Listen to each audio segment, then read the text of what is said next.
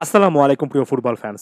আপনাদের অনেকের অনুরোধের ভিত্তিতে লিওনেল মেসির ইনজুরি আপডেট নিয়ে আরো একবার আলোচনা করছি এবং এই ভিডিওর মূলত দুটো অংশ আছে। প্রথম এই যে অংশটাতে কথা বলছি সেখানে একেবারে সাম্প্রতিক সময়ে ভয়েসটা রেকর্ড করা এবং এর পরবর্তী সময়ে আপনারা যে অংশটা দেখবেন সেটা কিন্তু এর আগে রেকর্ড করা, যেটা আসলে ইন্টারনেট সংযোগজনিত সমস্যার কারণে ওই সময়টাতে পাবলিশ করা সম্ভব হয়নি। লিওনেল মেসি স্পেশাল একটা যে ওয়াকার, যেটাকে অনেকেই স্পেশাল বুট বলছেন বা মেডিকেল টার্মে অনেকটা অর্থোপেডিক ওয়াকিং বুট, সে জিনিসটা পরে আছেন। লিও মেসির একটা লিগামেন্ট ইনজুরি ধরা পড়েছিল এবং সব মিলিয়ে লিওনেল মেসি কয়েক সপ্তাহের জন্য মাঠের বাইরে আছেন। তবে এর পাশাপাশি এই জিনিসটাও আমি জানিয়ে দিচ্ছি, আরও একবার লিওনেল মেসি ঠিক কবে ফিরবেন সেটাকে কেন্দ্র করে একটা ধোঁয়াশা সৃষ্টির চেষ্টা করছে ইন্টার মায়ামি, যাতে করে প্রতিপক্ষ দলগুলো বুঝতে না পারে এটা একেবারে তাদের পুরনো স্ট্র্যাটেজি। এর আগেও আমরা দেখেছি এবং এটার সমালোচনায় অনেক কিন্তু এমএলএস এর বিশ্লেষক কথাবার্তা বলছেন। লিওনেল মেসি আর্জেন্টিনা থেকে ইন্টার মায়ামি শিবিরে যখন যোগ দিলেন তারপর থেকে লিওনেল মেসির ইনজুরি সংক্রান্ত ব্যাপারগুলো নিয়ে একবার কথা বলে ইন্টার মায়ামি কোচ থেকে সকলেই কুলুপ এঁটে বসে আছেন। লিও মেসি মাঝখানে অনেকগুলো অনুষ্ঠানে অংশগ্রহণ করেছেন, তবে ঠিক কবে ফিরবেন, কয়টা ম্যাচ বসে থাকবেন সে ব্যাপারে তারা আর কথাবার্তা বলতে চাচ্ছে না।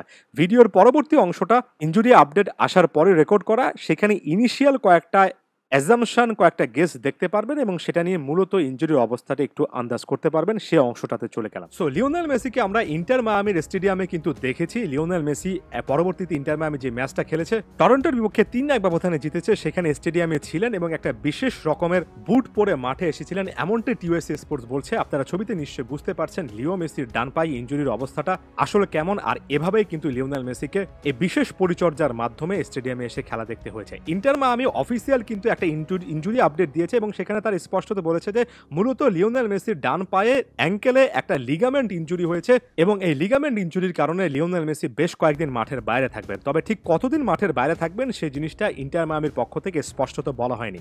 প্রথমত লিগামেন্ট ইনজুরিটা একটু বুঝতে হবে, বোন টু বোন যে কানেকশন থাকে একটা হাড়ের সঙ্গে একটা হাড়ের যে সংযোগ, সেই কানেকটিভ টিস্যুতে কোনো একটা ফ্র্যাকচার হলে লিগামেন্ট একটা ইনজুরি হয় এবং এটা তীব্রতা আসলে বোঝা যায় আপনি কিভাবে রিকভার করছেন। রিকভার করার জন্য অবশ্যই আপনাকে বিশ্রামে থাকতে হবে, আপনাকে বেশ কয়েকটা থেরাপি সেশনে অংশগ্রহণ করতে হবে, আইস কম্প্রেশন, ইলেভেশন এগুলো ট্রাই করতে হবে এবং আপনার ওই সময়ের অবস্থার ভিত্তিতে আসলে বলা যাবে যে ঠিক কতদিন আপনি মাঠের বাইরে থাকবেন।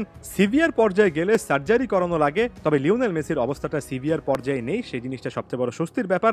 লিওনেল মেসি যখন এই টাইপের ট্রিটমেন্টগুলো শুরু করবেন, আস্তে আস্তে যত সময় গড়াবে তখনই কিন্তু আসলে বোঝা যাবে কতদিন লাগছে। কারো কারো ক্ষেত্রে এটা সপ্তাহের ব্যাপার, কারো কারো ক্ষেত্রে এটা মাসেরও কিন্তু ব্যাপার হয়ে যেতে পারে। আপাতত পরবর্তী দুটো ম্যাচ খেলছেন না, এ মাসে আর মাঠে নামছেন না, এমন একটা ধারণা করা হচ্ছে। দেখা যাক লিও মেসি কত দ্রুত ইমপ্রুভমেন্ট করেন।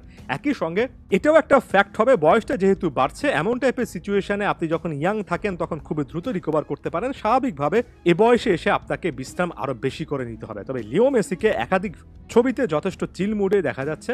আশা করছি যেহেতু তার অভিজ্ঞতা আছে এমন টাইপের ইনজুরি কাটিয়ে কিভাবে ফিরতে হয় সেই জিনিসটা তিনি জানেন, তাই কম সময়ের মধ্যে ফিরবেন। আশা করছি এমন টাইপের ইনফরমেটিভ ভিডিও আপনাদের ভালো লাগবে। যদি ভালো লাগে অবশ্যই ফুটবল ফ্যাগের সাথে থাকবেন। একই সঙ্গে আপনি আপনার জায়গা থেকে আপনার দেশের প্রতি, আপনার দেশের ছাত্রদের প্রতি যতটুকু দায়িত্ব আছে পালন করার চেষ্টা করবেন। ধন্যবাদ সবাইকে।